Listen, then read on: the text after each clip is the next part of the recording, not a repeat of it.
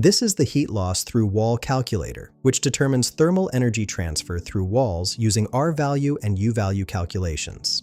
Let's look at the input fields. First, we have a units drop-down menu where you can select either imperial or metric units. For this demonstration, I'll use imperial units. Next, we enter the wall area in square feet.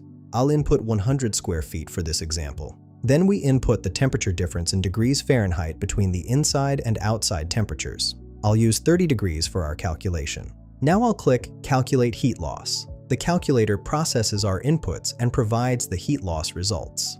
The output shows us the total heat loss through the wall, which tells us how much thermal energy is transferring through this wall section per hour.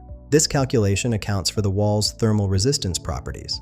The results help engineers determine heating and cooling requirements, evaluate insulation effectiveness, and optimize building envelope performance. Understanding these values is crucial for energy efficiency calculations and HVAC system sizing.